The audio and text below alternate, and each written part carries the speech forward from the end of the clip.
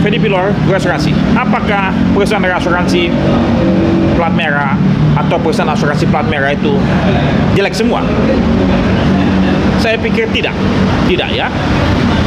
Semuanya bergantung kepada siapa yang memimpin, manajemen yang memimpin perusahaan plat merah tersebut, baik itu asuransi maupun reasuransi.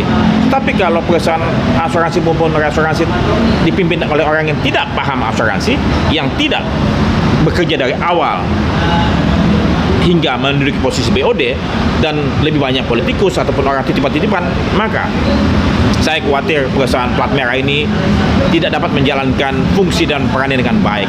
Dan saya meminta kepada para praktisi, para seeding company, para broking company, agar melihat siapa manajemen di perusahaan plat merah ini. Kalau mereka bukan orang asuransi dan Anda tidak kenal, dan mereka hanya titipan saja dari partai politik ataupun dari para pejabat-pejabat, sebaiknya Anda tidak gunakan plat merah ini, tidak gunakan asuransi plat merah ini. Kenapa? Karena Anda tidak tahu manajemennya, ya. Dan manajemen ini tentu punya kepentingan yang tidak memahami konteks utmost good faith, tidak memahami follow the fortune.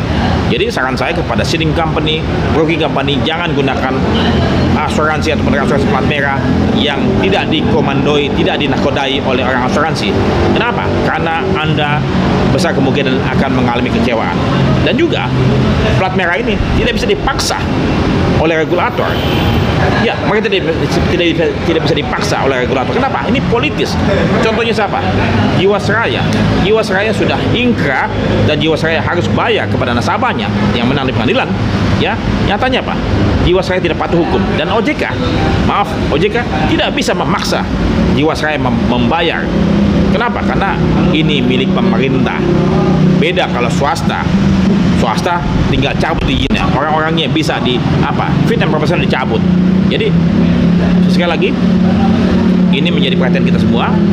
Saya mencintai industri asuransian, saya menghormati OJK, tetapi masih banyak praktek-praktek yang harus dibenahi agar industri ini menjadi lebih baik. Semoga industri ini menjadi bertumbuh dengan lebih sehat, dengan menjaga harga dan martabatnya. Saya Fedi Pilor, asuransi.